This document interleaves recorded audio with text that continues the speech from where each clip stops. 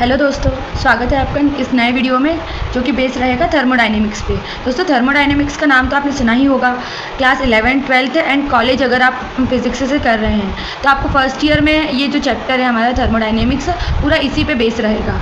ठीक है, तो बिना देरी करे हम शुरू करते हैं वीडियो को, जिसमें आएगा पहले थर्मोडायनेमिक सिस्टम। अब थर्मोडायनेमिक सिस्टम क्या होता है? A system whose state depend on thermodynamic quantities is called thermodynamic system. Thermodynamic system एक ऐसा सिस्टम है जो कि थर्मोडायनेमिक क्वांटिटीज़ पे डिपेंड करता है। देखो दोस्तों, थर्मो मतलब होता है हीट, थर्मो का मतलब होता है हीट, तो मतलब ऐसा सिस्टम जो कि हीट प्रोड्यूस करता है जो अपनी क्वांटिटीज़ पे डिपेंड करता है, उसको हम बोलेंगे थर्मोडायनेमिक सिस्टम। नेक्स्ट आएगा thermodynamic coordination. The quantities required for the complete knowledge of thermodynamic state of a system are called thermodynamic coordination. दोस्तों, थर्मोडायनेमिक कोऑर्डिनेशन क्या होता है? एक ऐसी क्वांटिटी है जो रिक्वायर करती है, मतलब जिसकी ज़रूरत पड़ती है हमें थर्मोडायनेमिक स्टेट की पूरी कंप्लीट नॉलेज के लिए, उससे हम बोलेंगे थर्मोडायनेमिक कोऑर्डिनेशन। दोस्तों, आप इस वीडियो में पूरे नोट्स के साथ आप इसमें पढ़ सकते हैं first, second, third and zeroth law. हम चारों लॉ के बारे में इस पूरे वीडियो में हम जानेंगे। ठीक है, तो इसमें आप पहली लॉ हम बताते हैं आपको, जीरोथ लॉ से शुरू करते हैं। Zeroth law of thermodynamic.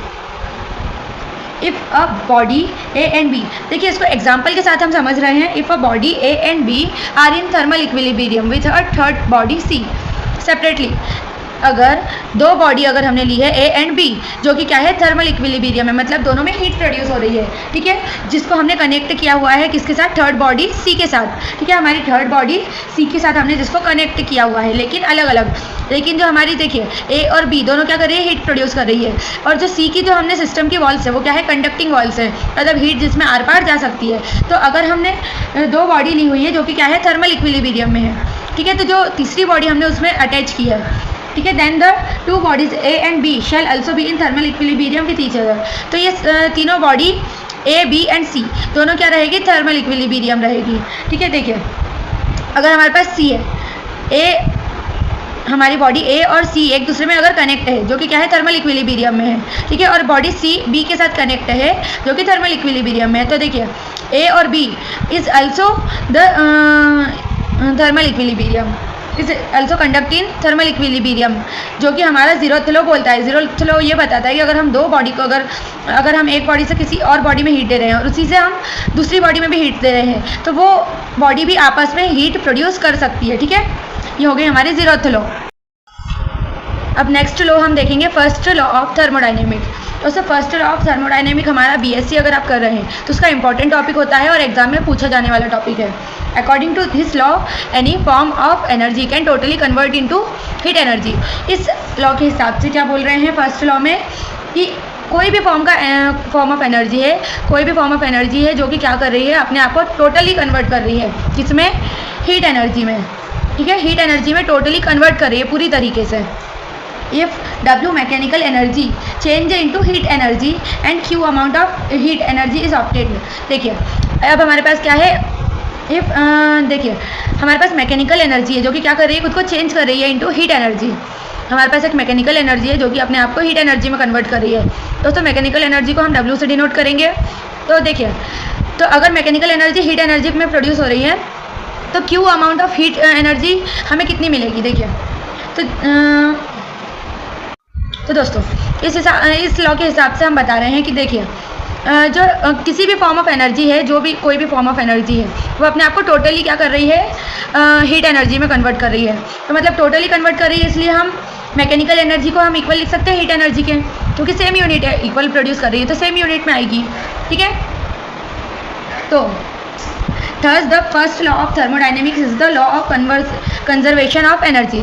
तो हमारी फर्स्ट लॉ क्या बताती है? कि हमारी फर्स्ट लॉ क्या है? Law of conservation of energy भी कह सकते हैं, क्योंकि इसमें हमारी एनर्जी कंजर्व हो रही है, कहीं पर भी इसका यूज़ नहीं हो रहा है, पूरी तरीके से ये कंजर्व हो रही है।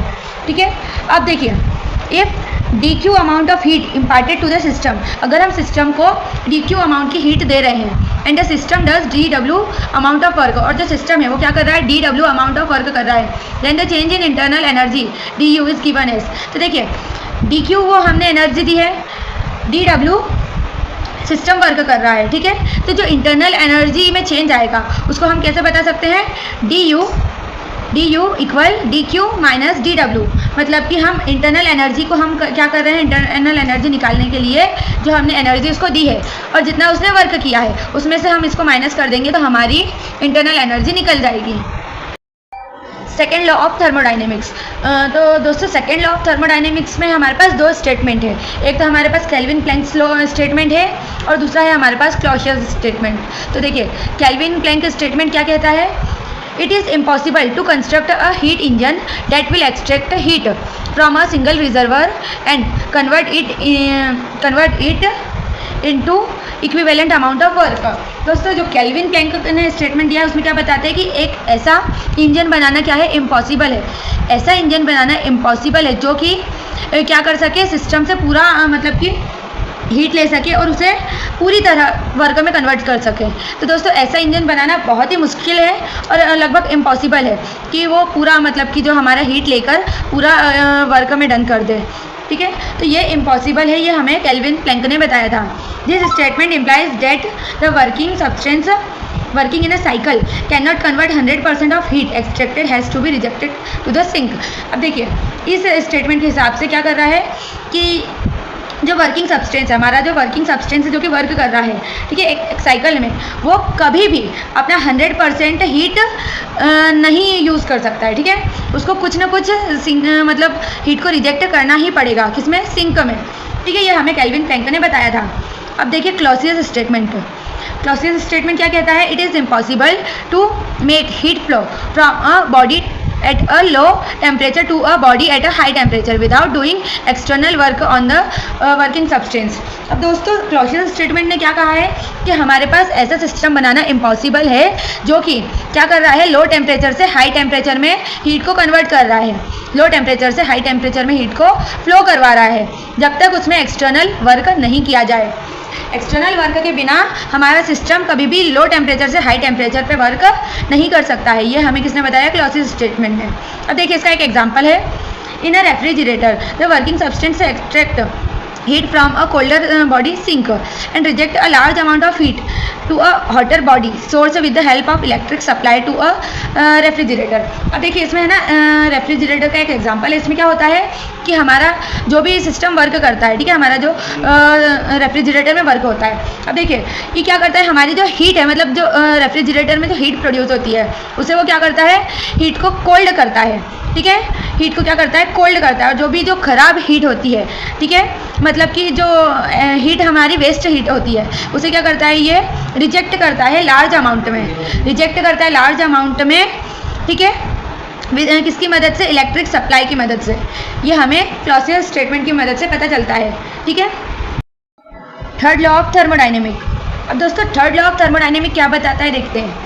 It states that as the temperature of a system approach absolute zero, its entropy is zero। दोस्तों थर्ड लॉ ऑफ थर्मोडाइनेमिक्स ये बताता है कि अगर किसी भी स्टेट का टेम्परेचर कहाँ पहुँच जाए, एब्सोल्यूट जीरो पे पहुँच जाए। एब्सोल्यूट जीरो मतलब कि वो पूरी तरह से फ्रीज हो जाए। और ये जो एब्सोल्यूट जीरो होती है ये लास्ट स्टेज होती है जो कि हम जिसको हम कोल्डेस्ट इम्पॉसिबल वैल्यू बोल सकते हैं। ठीक है, तो अगर कोई भी टेम्परेचर, कोई भी सिस्टम का टेम्परेचर एब्सोल्यूट जीरो पहुंच जाए तो उसकी entropy, it's entropy is zero, तो उसकी एंट्रोपी भी क्या हो जाएगी, जीरो हो जाएगी। दोस्तों एंट्रोपी मतलब होता है डिसऑर्डरनेस, मतलब कि जो सिस्टम में जो मॉलिक्यूल्स होते हैं, ठीक है, तो उसमें जो मॉलिक्यूल्स के बीच में जो गैप होती है, मतलब जो डिसऑर्डर होता है, उसे हम क्या बोलेंगे, एंट्रोपी। तो अगर कोई भी वैल्यू, मतलब किसी भी सिस्टम का हमारे पास टेम्परेचर क्या है, एब्सोल्यूट जीरो है, मतलब उसकी एंट्रोपी भी पूरी तरह से जीरो हो जाएगी और उसका जो चेंज है, चेंज इन एंट्रोपी भी हमारे पास जीरो आएगा। ठीक है, तो जो third law of thermodynamics is also called Ernst law. तो जो हमारी थर्ड लॉ ऑफ थर्मोडाइनेमिक होता है उसे हम अर्नस्ट लॉ भी बोल सकते हैं। अब दोस्तों एब्सोल्यूट जीरो मतलब कि देखिए द कोल्डेस्ट पॉसिबल वैल्यू, जो कि सबसे कोल्डेस्ट वैल्यू होती है, सबसे ठंडी वैल्यू होती है। ठीक है, जिसको अगर हम केल्विन में अगर डिनोट करें तो वो 0 केल्विन आएगा। सेल्सियस में अगर इसको हम देखें तो -273 डिग्री सेल्सियस, मतलब कि बिल्कुल ना के बराबर होती है। और फ़ारेनहाइट में देखें तो हम -457.67 फ़ारेनहाइट हमारे पास जो होती है एब्सोल्यूट जीरो की वैल्यू निकल के आती है। ठीक है, आई होप आपको ये वीडियो आसानी से समझ आ गया हो। और ऐसे ही नेक्स्ट नोट्स के साथ आपको अगर वीडियो चाहिए तो प्लीज़ हमारे चैनल को लाइक सब्सक्राइब ज़रूर करिए। Thanks for watching.